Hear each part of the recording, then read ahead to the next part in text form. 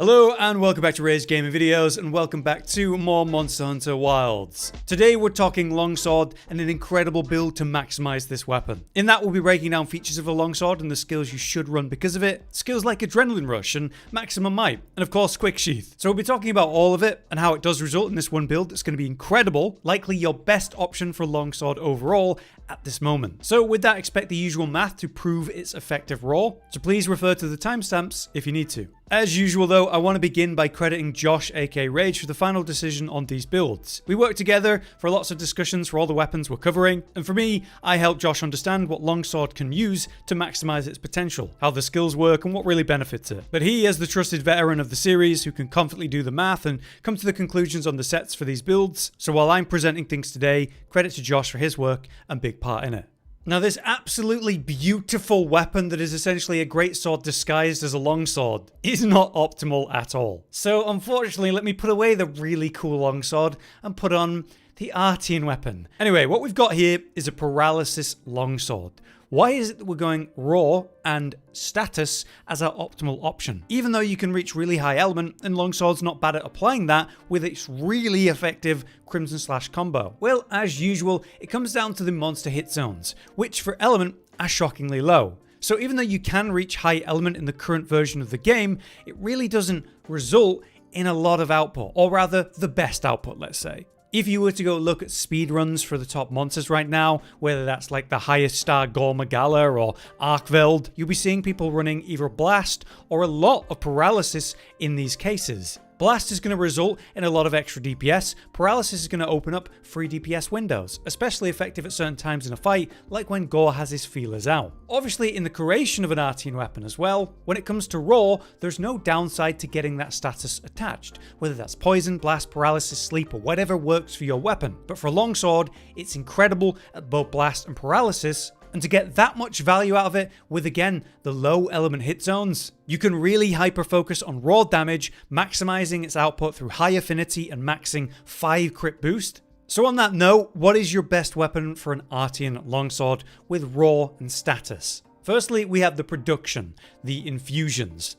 As usual, it's 3 attack infusions for a net of 15 plus raw. This set is going to get you to a consistent, reliable 90% affinity. It will go over that if you're attacking wounds, or if you've got the corrupted mantle active, which you often will for max DPS options. So having more affinity is not really going to be remotely as competitive as those attack infusions. On the other hand, we have the reinforcement bonus. Your goal is 4 attack boosts and 1 sharpness boost. That should see you with enough attacks with razor sharp, or even master's touch by the way, to never drop out of white, or basically very rarely do so. Alongside that then, we just want to scale the damage as much as possible. The attack boost, the plus 5 raw per attack boost, is just so effective for what it does. We don't need the element boost because we don't need more paralysis number, and like I said, you're not going to need more affinity. With just 1 sharpness boost, you're good to go, so 4 attack boost, 1 sharpness boost, that's the goal. Let's now look at the offensive decorations in the weapon. We have crit boost 3 and crit boost 2, bringing us to a total of 5 critical boost. You could do this with 2 critical dual 3, whatever, it doesn't matter, as long as ultimately you're at 5 critical boost overall. Like I said, most of our damage is going to be raw, and crit boost is going to increase the critical hits of that raw damage by up to 40% here when we're at 5 out of 5 crit boost. Since we're at 90% reliable affinity, that's almost every attack, and then again with the mantle and hitting, specific weak points like the wounds, you will be at 100%. So just taking your damage and increasing it by 40% is absolutely insane, and why we go for double crit boost in this case. Kind of like the Switch Axe build if you saw that. Longsword uniquely doesn't really have incredible offensive decorations that modify how the weapon works. Examples of that would be, say, focus for building up your gauge systems, or power prolonger to maximize how long your sword is amped in the Switch Axe. Longsword doesn't have anything comparable to that, so we get to rely on the 1 decoration slot for the sharpness.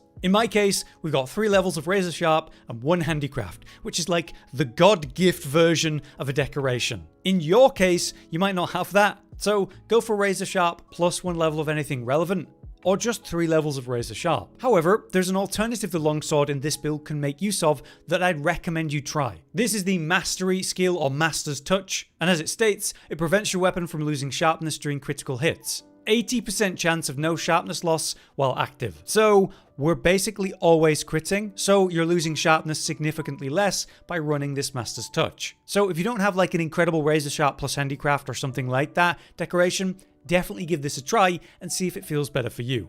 Next up, we have the equipment that we're choosing to run for the skills. Let me show you the total skill list. We are maxing out Weakness Exploit. We've almost maxed out Adrenaline Rush. We've got some nice Constitution. We've maxed out Maximum Might. We've got Antivirus and Quick Sheath, of course, 1 level of Burst, and Irrelevant Flinch Free. We get this from the Zuwu Helm in beta, giving us 2 levels of Adrenaline Rush. We have the Arkveld chest for 1 level of Weakness Exploit in the beta version for decoration slots. Then we have the Guardian Arkveld gloves, which have 2 levels of Weakness Exploit, and in beta for all those 1 slots, perfect for our Quick Sheath decorations. And 2 pieces of Gore, both in beta, giving us 1 level of Antivirus, a bit of that Constitution, and great decoration slots as well. With that, we're running the Weakness Exploit Exploiter Talisman, and importantly, Corrupted Mantle. Corrupted Mantle is really effective with the current meta of Longsword. Corrupted Mantle provides you, 10% affinity, and then even more than that when it's at its second stage, but also a pile of raw. But most importantly, actually, it's giving you an extra burst of damage on certain attacks. For many weapons, those are your triangle attacks. Now, your optimal combo as a Longsword player, when you're really going, is what you're seeing here. You're in red gauge, you've unlocked the Crimson / combo, and what we're doing is hitting the most effective part of the combo. You press it once, and you get this incredibly quick double swing for 1 button press. You can then interrupt the Crimson combo by going into a Spirit Blade combo, which is also a double hit that's very quick. And then you just go back to Crimson 1, Spirit Blade 1, Crimson 1, Spirit Blade 1, over and over. With Corrupted Mantle, you'll be at that 100% affinity for this. You'll also have extra raw, and you'll be popping extra hits on all of these many hits, significantly increasing your output during this point. So for a Longsword in particular, and for a build like this, Corrupted Mantle is like a non-negotiable. You need to be running it, and you want to pop it on right at the optimal DPS window. Next up then, we have the decorations on the left side for you to take a look at. This is how we achieve our skill list. So be sure to pause the video at this point to put these in yourself if you need to, because what we're about to do is go for all the skills, what they do, why we're running them, and even some skills that we're not running and you might be wondering about. First up is the classic Quick Sheath, which simply speeds up your weapon sheathing.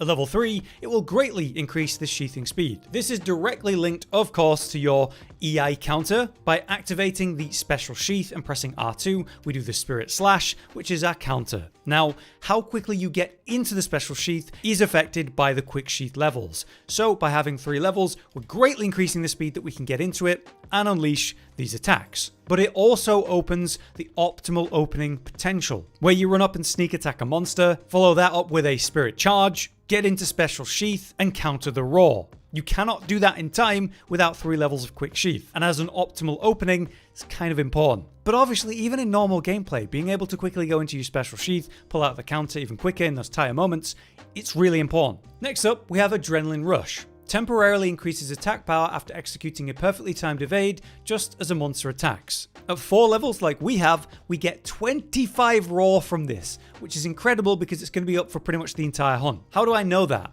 Well, you can trigger it from a perfect evade, sure, but you happen to have a counter that literally will do that for you. As a quote-unquote perfect evade, it seems to judge it. So it does actually activate Adrenaline Rush, giving us that raw, giving us that hefty buff that lasts a good while. Next up, we have a classic, Maximum Might, which is in a lot of builds these days, especially ours, as we've been talking about. It gives you 30% flat affinity while you're at full stamina, which is pretty much most of the time, especially during your optimal DPS. By having focus on the target and using the movement of the Spirit combo, you can make a lot of distance, even with just triangle and R2 forward, like so. While I'm leveling up and working my way to red gauge, I want you to notice that I'm at full stamina this whole time.